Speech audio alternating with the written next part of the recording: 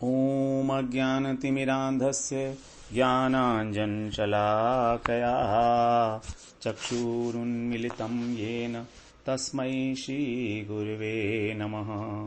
वाञ्छाकल्पतरुभ्यश्च कृपासिन्धुभ्यैव च पतितानां पावनेभ्यो वैष्णवेभ्यो नमो नमः।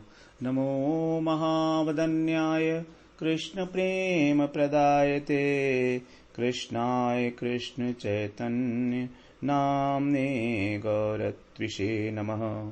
हे कृष्ण करुणा सिन्धो दीनबन्धो जगत्पते गोपेश गोपिकाकान्त राधाकान्त नमोस्तुते।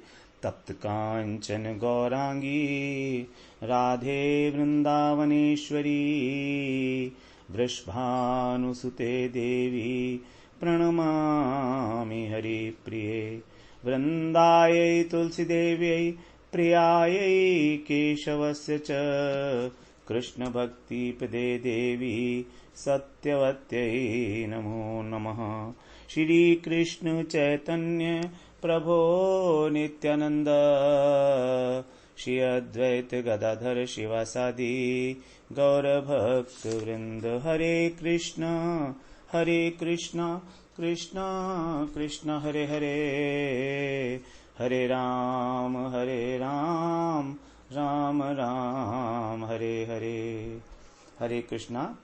सर्वप्रथम मैं अपने गुरुपाद पद्म ओम विष्णुपाद अष्टोत्तर शत श्री श्रीमद् भक्तिवेदांत माधव गोस्वामी महाराज के चरण कमलों में अनंत कोटि दंडवत प्रणाम ज्ञापन करता हूं। हम लोग भगवद गीता के 6ठा अध्याय श्रवण कर रहे हैं।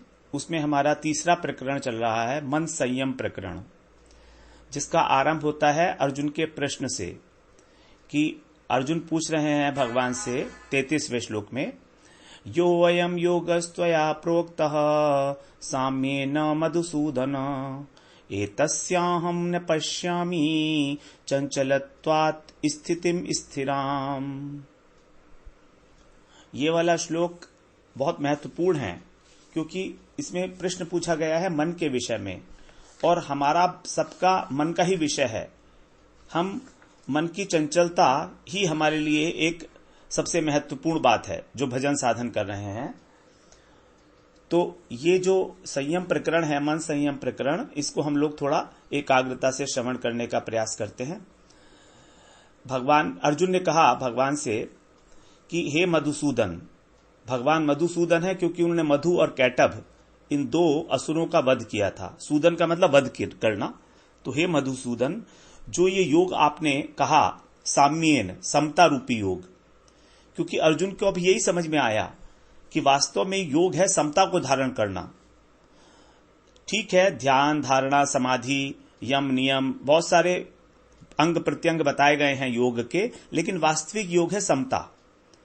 तो साम्येन मधुसूदन एतस्याहं न पश्यामि चंचलत्वात् स्थितिम स्थिराम।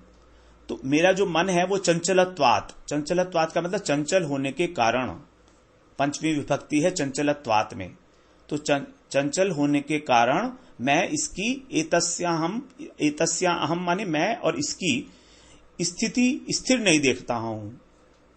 स्थिर मतलब नित्य स्थिति। ये मन इतना चंचल है कि कभी यहां पर बोलता है, कभी वहां पर जाता है। और भगवान ने कहा है कि इस मन को, अपने चित्त को, अपनी बुद्धि को सब परमात्मा में स्थिर करना है, ब्रह्म में स्थित करना है। तो ये सारी बातें तो ठीक हैं, लेकिन मेरे को नहीं समझ में आ रही हैं कि मैं क्या करूं। मेरे लिए ये सब संभव नहीं है कि मैं मन को अपने रोक कर और परमात्मा में लगा लूं, नित्य स्थिति। तो इसके बारे में यही अब हम लोग बात कर रहे हैं इसके विषय में। तो मन की जो चंचलता है वो क्या है, मन की चंचलता के कारण क्या है? क्योंकि भगवान ने पहले भी कहा था अर्जुन से कि तुम जय विजय, सुख दुख, हानि लाभ, इन सबको समान मानकर युद्ध करो। दूसरे अध्याय में भगवान ने कहा था सुख दुखे समे कृत्वा लाभा लाभौ जया जयौ। 38वें श्लोक में ततो युद्धाय युज्योस्व नैवम पापम अवाप्स्यसि, कि तुम इन सबको सम मानकर, सुख दुखे समय कृत्वा, कृत्वा माने उसको मानकर, कि तुम मान लो कि तुम्हारी जय और विजय कुछ भी हो, सुख और दुख, हानि लाभ, तो इसको कैसे माने, हाउ टू डू इट। मेरी तो ऐसी स्थिति नहीं बन रही है। अर्जुन को यहां पर अब अपने साथ वो विश्लेषण कर रहे हैं अब इस वस्तु स्थिति पर का, कि भगवान ने जो उपदेश दिया उसको मैं कहां तक अप्लाई कर सकता हूं, क्योंकि मेरी बुद्धि तो विषम है अभी, और समबुद्धि पूर्वक यदि कार्य किया जाएगा तभी जो है कर्म का बंधन नहीं होगा। भगवान ने कहा ना, फिर 6 अध्याय के शुरू में भी बोला था, अनाश्रित कर्म फलम कार्यम कर्म करोति यह, अर्थात कर्म के फल का आश्रय मत ले। तो कर्म के फल का आश्रय मतलब कि कर्म के फल के प्रति आसक्त मत हो। आश्रय लेने का मतलब आसक्त होना। तो आसक्ति रहित कर्म करना ही योग है और यही संन्यास है, ये भी आपने कहा था। तो इस प्रकार से भगवान ने समता की बात की और 7वें और 8वें श्लोक, 7वें 8वें 9वें श्लोक में 6 अध्याय के ही पहले परिस्थितियों में समता की बात की। शीतोष्ण सुख दुखेशु तथा मानापमानयो। शीत और उष्ण अर्थात अनुकूलता और प्रतिकूलता में भी तुमको सम रहना है, चाहे तुम्हारा मान हो चाहे अपमान हो, प्रत्येक परिस्थिति में। उसके बाद पदार्थों की समता बात की। समलोष्टाश्म कांचन। लोष्ट का अर्थ है मिट्टी, अश्म का अर्थ है पत्थर और कांचन का अर्थ है सोना। तो मिट्टी, पत्थर और सोना पदार्थ की समता इनमें तभी हो सकती है क्योंकि सबके मूल्य अलग अलग हैं, सबका महत्व अलग अलग है। लेकिन इसमें समता का मतलब क्या है कि इन सबकी आवश्यकता का ना होना। यदि किसी व्यक्ति को मकान नहीं बनाना तो ना तो उसे मिट्टी चाहिए ना पत्थर चाहिए, उसके लिए वैल्यू क्या है, उसकी कुछ नहीं है। और अगर उसको अपने आप जेवर नहीं पहनने, ज्वेलरी नहीं पहननी है जीवन, उसने मान लीजिए व्रत लिया कि मैं आज कभी जीवन में ज्वेलरी नहीं धारण करूंगा और ना ही मैं बेचूंगा, तो फिर उसके लिए सोने का क्या महत्व है। सोने का महत्व तो उसी को है ना जो या तो उससे अपनी ज्वेलरी बनवाए पहनने के लिए और या फिर उसको बेचकर धन कमाए। अब अगर उसने दोनों ही काम नहीं करने हैं तो चाहे सोना हो चाहे पत्थर हो चाहे मिट्टी हो, एक ही बात है उसके लिए। तो इस प्रकार से पदार्थों में समता की बात की। उसके बाद फिर कहा प्राणियों में समता। साधुषु अपेक्ष पापेषु समबुद्धिर विशिष्यते। अब यहां पर तो बहुत ही मुश्किल बात हो गई। साधु में और पापी में एक ही बुद्धि रखनी है। तो हमारी बुद्धि में जब तक विषमता है तब तक मन कैसे स्थिर होगा। तो हमारा जो चित्त है उसकी हम लोगों ने जो बात की थी, 5 प्रकार की अवस्थाएं, मूढ़, क्षिप्त, विक्षिप्त, एकाग्र और निरुद्ध। तो भगवान एकाग्र और निरुद्ध की बात तो 6 अध्याय में कर रहे थे कि निरुद्ध अवस्था में असंप्रज्ञात समाधि संपन्न होती है। तो यहां पर बात कर रहे हैं वो विक्षिप्त अवस्था की। विक्षिप्तता का कारण है राग द्वेष। विक्षिप्त अवस्था जो होती है चित्त की, उसका कारण होता है हमारे राग द्वेष। तो जहां राग द्वेष है वहां पर समता कभी भी नहीं हो सकती है। और अगर राग द्वेष है तो मन में भी चंचलता रहेगी। तो अर्जुन का कहना यह है कि जो आपने समता के लक्षण बताए हैं, ये सब लक्षण ठीक है, अच्छी बात है, लेकिन निरंतर बने रहें, नित्य स्थिति। चंचलत्वात् स्थितिम स्थिराम। स्थितिम का मतलब नित्य स्थिति। इसकी नित्य स्थिति कैसे रहे इन गुणों की, इन लक्षणों की। यदि 1-2 दिन की बात हो या कोई गिने चुने लोगों के साथ समता धारण करनी हो तो हो सकता है।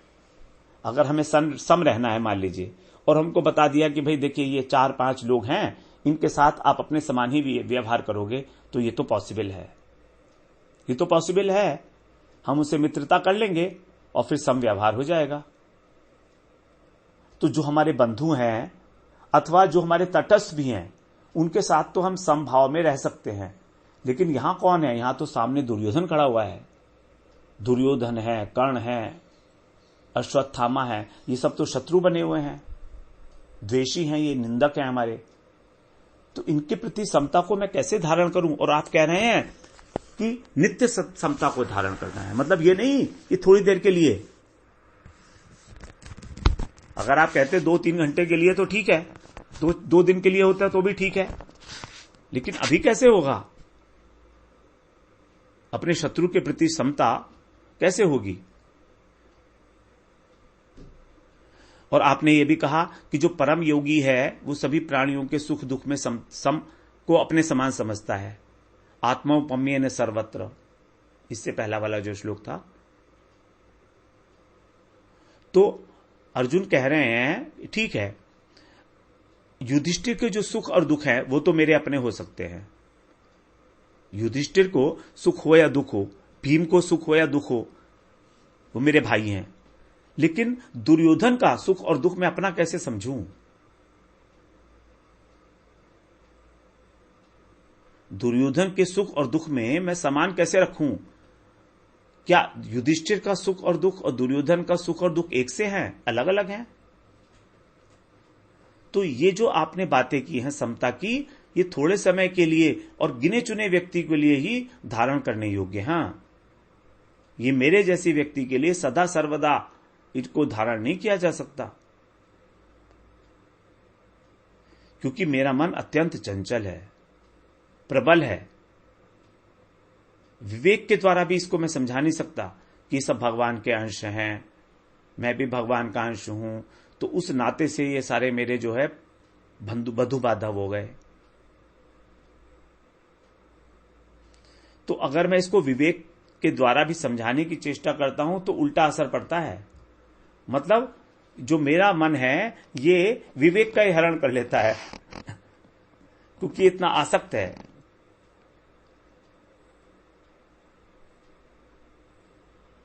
तो अभी तक अर्जुन ने सारी बातें बहुत अच्छी तरीके से सुनी थी। 5वें अध्याय के बाद अब ये उनका पहला प्रश्न आया है। 5वें अध्याय से उनका पहला प्रश्न शुरू हुआ है ये। जबकि 5वें अध्याय में भगवान ने बहुत गूढ़ गूढ़ बातें की थी कर्म संन्यास की, एक भी प्रश्न नहीं पूछा अर्जुन ने वहां पर। लेकिन जब समता की बात की व्यवहार में, तब अर्जुन के मन में संशय आ गया। अर्जुन भगवान के भक्त हैं और भगवान की बात सुन के वो भगवान की ओर देखने लगे, इस दृष्टि से देखने लगे कि ठीक है आपने कहा, लेकिन मैं क्या करूं? मेरे अंदर नहीं हो सकता ये समता का ख्याल, ये समता की भावना, मैं स्थापित नहीं हो सकता समता में। जितनी देर मन शांत है उतनी देर तो सम रहता है, बुद्धि भी ठीक रहती है, चित्त भी ठीक रहता है। लेकिन जैसे ही कोई घटना घटी, चित्त विक्षिप्त हो जाता है, हिल जाता है सब कुछ। तो ये जो मेरे मन में विक्षेप रूपी दोष है, अर्जुन ने भगवान से दूसरे अध्याय में श्रेय का साधन पूछा था। तब उन्होंने कहा था कि मैं अत्यंत मूढ़ अवस्था को प्राप्त हूं। दूसरे अध्याय के 7वें श्लोक में ही अर्जुन का सबसे पहला जो प्रश्न था वो यही तो था। जब अर्जुन ने कहा था कि आप मुझे उपदेश दीजिए मेरे कल्याण के लिए, तो उन्होंने यही कहा था, प्रच्छामि त्वाम धर्म सम्मूढ़ चेता। मैं धर्म के विषय में सम्मूढ़ हो चुका हूं, अच्छी प्रकार से मेरा चित्त भ्रमित है कि मुझे क्या करना है। तो मूढ़ता रूपी दोष जो है, ये कौन सा दोष है? ये विक्षेप दोष है मन का। मन में 3 प्रकार के दोष हमने बात किए थे, आवरण, विक्षेप और मल। तो विक्षेप रूपी जो दोष जो है मन का, ये रजोगुणी दोष है। तो भगवान का उपदेश उन्होंने सब सुना, तो मूढ़ता रूपी दोष जो था, सम्मूढ़ता, वो तो खत्म हो गया, लेकिन अभी ये विक्षेप रूपी दोष रह गया, ये रजोगुणी है, और मूढ़ता जो है वो तमोगुणी थी।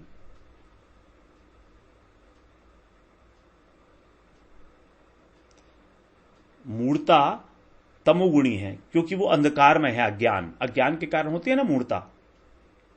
तो अर्जुन का कुछ अंशों में मोह तो समाप्त हो गया, लेकिन अभी उनका मन जो है वो विचलित है, मतलब रजोगुणी अवस्था में है अर्जुन अभी।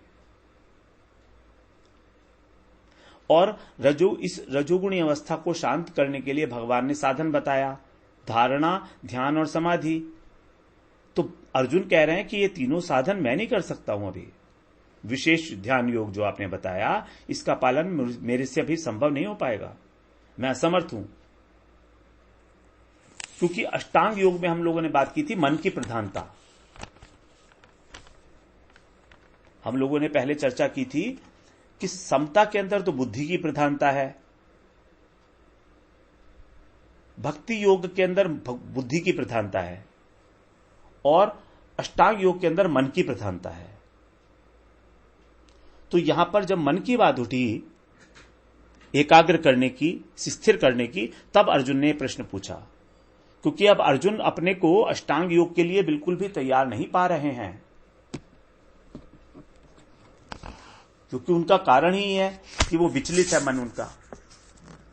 तो इसीलिए उनकी जो स्थिति है अभी वो नित्य स्थिति नहीं बन पा रही है परमेश्वर में, परमात्मा में।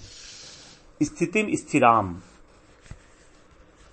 अर्थात मेरे मन में अभी नित्य स्थिति स्थिर नहीं है। क्योंकि जब कोई घटना घटती है तो या तो उसमें आसक्ति हो जाती है या उसमें द्वेष हो जाता है।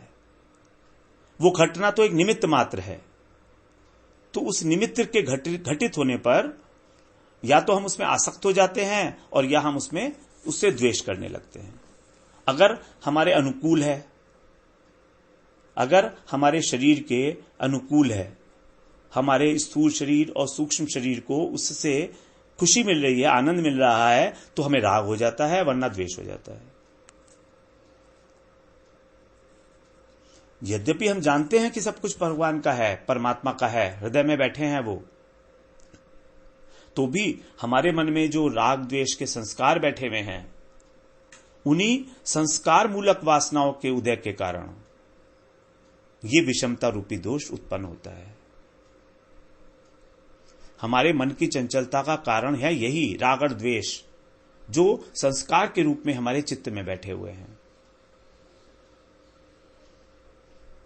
तो इसीलिए राग और द्वेष के कारण मन कम से कम व्यवहार दशा में स्थिर नहीं हो पाता।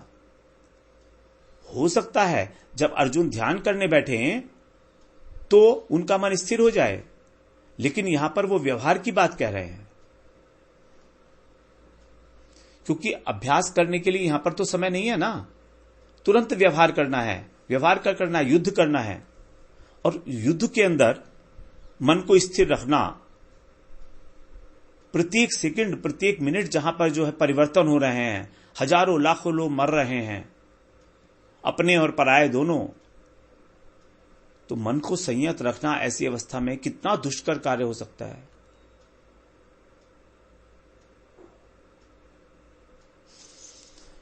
और दूसरा, मन की जो चंचलता है उसका अर्थ यह भी मान सकते हैं कि जो हमारा भी साधन है उसके प्रति भी हमारी अभी निष्ठा पूरी नहीं हो पा रही है, हमारी निष्ठा परिपक्व नहीं हुई है। भगवान ने हमें उपदेश तो दिए, 2 प्रकार की निष्ठाएं बताई, कर्म निष्ठा, ज्ञान निष्ठा, लेकिन हमारी स्थिति अभी नहीं बन पा रही है उसमें। निष्ठा का अर्थ होता है उस चीज के ऊपर टिक जाना, स्थिर रहना, मन से और चित्त से पूरे अंतःकरण हमारा वहीं उसी के अंदर डूब जाए, वो है निष्ठा। तो जो आपने साधन बताए हैं इसमें भी मेरी निष्ठा नहीं हो पा रही है अभी।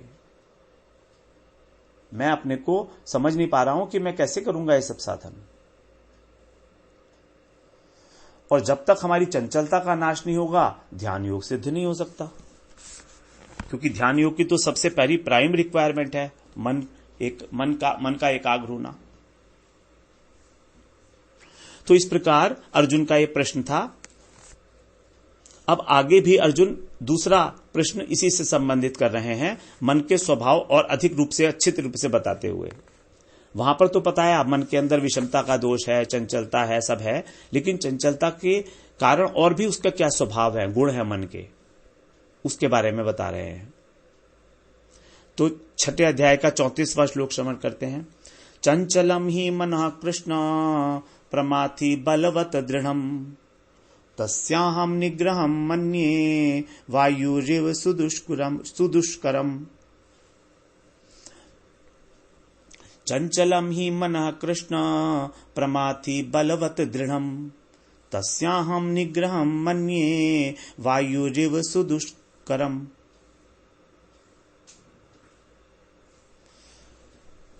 तो यहां पर अब मन का स्वभाव बता रहे हैं कि क्यों इसको वश में करना बहुत कठिन है। पहले तो बताया था चंचलत्वात्, चंचलता। तो जैसे कि पहले बताया, इस मन में समता की स्थिति को स्थिर करना, समता की स्थिति को धारण करना अत्यंत कठिन है। तो जब अर्जुन ने भगवान से पहले अध्याय में ये कहा था, सेनयोर उभयोर मध्य रथम स्थापय में अच्युत, हे अच्युत दोनों सेनाओं के बीच में मेरे रथ को स्थापित करें, तब वे सोच रहे थे कि मेरे हृदय में समता है। क्योंकि अर्जुन ने निर्णय ले लिया था कि उन्हें युद्ध में प्रवृत्त होना है। प्रवृत्ते युद्ध संपाते, पहले अध्याय में आ गया था ना, प्रवृत्ते युद्ध संपाते।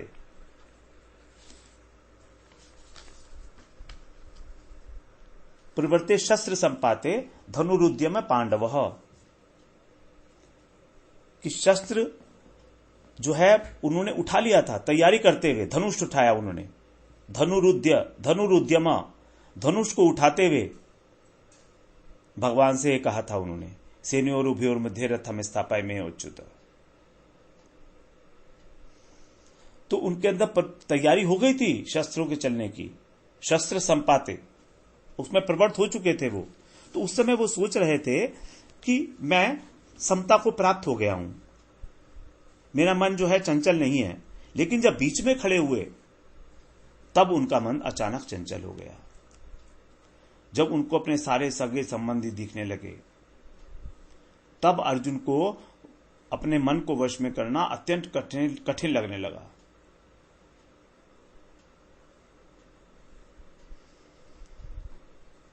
इसीलिए अब यहां पर उसी बात को दोबारा कह रहे हैं कि अब ये मेरा मन चंचल हो चुका है। चंचलम ही मनः कृष्ण। फिर आगे क्या कह रहे हैं, प्रमाथि बलवत दृढ़म।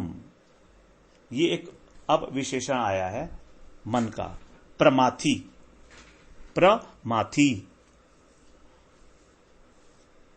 तो बता रहे हैं कि जैसे ये मेरा मन है, ये दीपक के लौ की तरह चंचल है, जो वायु के स्थान में रखी हुई है, और साथ ही साथ प्रमथनशील है।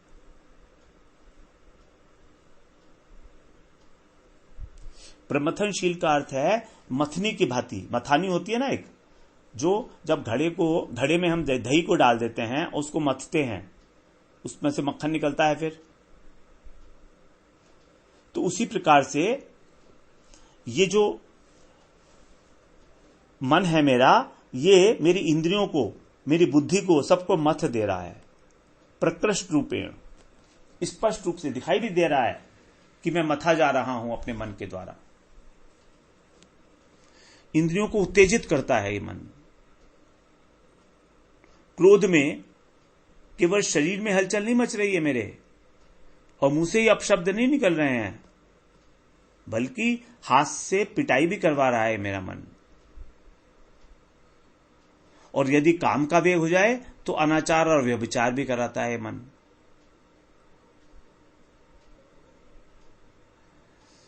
तो इस प्रकार से ये मन की स्थिति बता रहे हैं कि मन कितना प्रमाथी है, मथानी की तरीके से है। साधक को अपनी स्थिति से गिराने के लिए केवल मन ही उत्तरदायी है। तभी भगवान ने 60वें श्लोक में कहा था दूसरे अध्याय के, कि इंद्रियां भी प्रमाथी हैं। इंद्रियों को भी वहां पर प्रमाथी बताया था। इंद्रियाणि प्रमाथीनी हरंती प्रसभम मनः, कि जो इंद्रियां प्रमथनशील हैं, ये भी मन का हरण कर लेती हैं। बुद्धिमान पुरुष के मन का भी बलात् हरण कर लेती हैं, बुद्धिमान पुरुष का भी। जो सो कॉल्ड बुद्धिमान है, जिसको भगवत अनुभूति नहीं है, केवल शाब्दिक ज्ञान है, उसके मन का भी हरण इंद्रियां कर लेती हैं। बुद्धिमान पुरुष को भी कभी भी ये अहंकार नहीं करना चाहिए कि मैं बुद्धिमान हूं, क्योंकि पता नहीं अगले क्षण उसकी बुद्धि साथ देगी या नहीं देगी। बड़े बड़े भक्त जो हैं, उनके जीवन में भी ऐसे प्रसंग आए हैं कि वो अपनी साधन दशा से पतन हो गया है उनका। अब क्योंकि वो भक्त नहीं थे जेन्युइन, तो इसलिए उनका पतन हुआ, उनको भगवान ने भी रक्षा नहीं की। लेकिन जो भक्त होते हैं उनकी भगवान रक्षा करते हैं। तो यहां पर मन को प्रमाथी बताया और वहां इंद्रियों को प्रमथनशील बताया था, क्योंकि जब विषयों का संयोग होता है, वास्तव में जब देखा जाए तो दोनों ही क्षुब्ध हो जाती हैं, इंद्रियां भी और मन भी। जैसे ही हम किसी सुंदर मिठाई को देखते हैं जिसका हमको जो मुझे बहुत अच्छी लगती है, अगर कोई रसमलाई मान लीजिए हमें अच्छी लगती है, हमने उसे देखा, तो हमारी जीभ जो है वो उसको खाने के लिए लालायित हो जाती है और मन भी लालायित हो जाता है। दोनों उस पर लपकना चाहते हैं, अर्थात दोनों चंचल हो गए, दोनों क्षुब्ध हो गए और दोनों मिलकर ये बड़े बदमाशी कर देते हैं। ये हमारी बुद्धि का भी हरण कर लेते हैं, क्योंकि पावर अब डबल हो गई ना। बुद्धि को मालूम है मुझे शुगर है, तो भी ये जीभ और ये मन, ये दोनों जब मिल गए तो मेरी बुद्धि को भी पराजित कर देते हैं, उसको भी क्षुब्ध कर देते हैं। इतनी पावरफुल है ये। इंद्रियाणाम ही चरताम यन मनो अनुविधीयते तदस्य हरति प्रज्ञाम वायु नावम इवाम्भसी। दूसरे अध्याय में भगवान ने सावधानी कर दी थी 67वें श्लोक में 67। इंद्रियाणाम ही चरताम यन मनो अनुविधीयते, कि इंद्रियां जब मन के साथ विचरण करती हैं तब तदस्य हरति प्रज्ञाम, वो बुद्धि को भी हरण कर लेते। एक ही इंद्रिय काफी है, एक ही काफी है, पांचों की जरूरत नहीं है। और पांचों होंगी तो पता नहीं क्या हाल होगा। तो केवल एक इंद्रिय को सुख पहुंचाने के लिए केवल एक इंद्रिय के साथ मिलकर मन जो है बुद्धि का हरण कर लेता है और बुद्धि कुछ भी नहीं कर पाती। ऐसे मन को कौन वश में कर सकता है आसानी से? कठोपनिषद में कहा है ना, आत्मानम रथिनम विद्धि शरीरम रथम एव च। आत्मा रथी है और शरीर रथ है। प्राहु शरीरम रथम इंद्रियाणि हयान अभिशून मन इंद्रियेशम वर्तमानी मात्रा घिषणांच सूतम। श्रुति वाक्य है ये कि पंडित गण जो हैं वो शरीर को रथ, इंद्रियों को भीषण अश्वसमूह भयंकर, और मन को इंद्रियों का स्वामी अर्थात कर्ता, और शब्द रूप रस स्पर्श गंध आदि तन्मात्राओं को विषयों का पथ, विषयों का रास्ता, और बुद्धि को सारथी कहते हैं जो पंडित लोग हैं। तो बुद्धि जो है वही इस मन रूपी लगाम को नियंत्रित करती है। तो अर्जुन यही कह रहे हैं कि ये मन जो है बुद्धि को भी मथने वाला है, इंद्रियों के साथ मिलकर बुद्धि को भी मथने वाला है। फिर इस मन को कौन वश में करेगा, कैसे करूं मैं? तो अब हम लोग मन का जो दूसरा एक पहला वाला जो विशेषण था प्रमाथी, ये हमने श्रवण किया। हम कल बात करते हैं फिर बलवत और दृढ़, इसका क्या अर्थ है। वांछा कल्पतरुभ्यश्च कृपा सिंधुभ्येव च पतितानां पावनेभ्यो वैष्णवेभ्यो नमो नमः।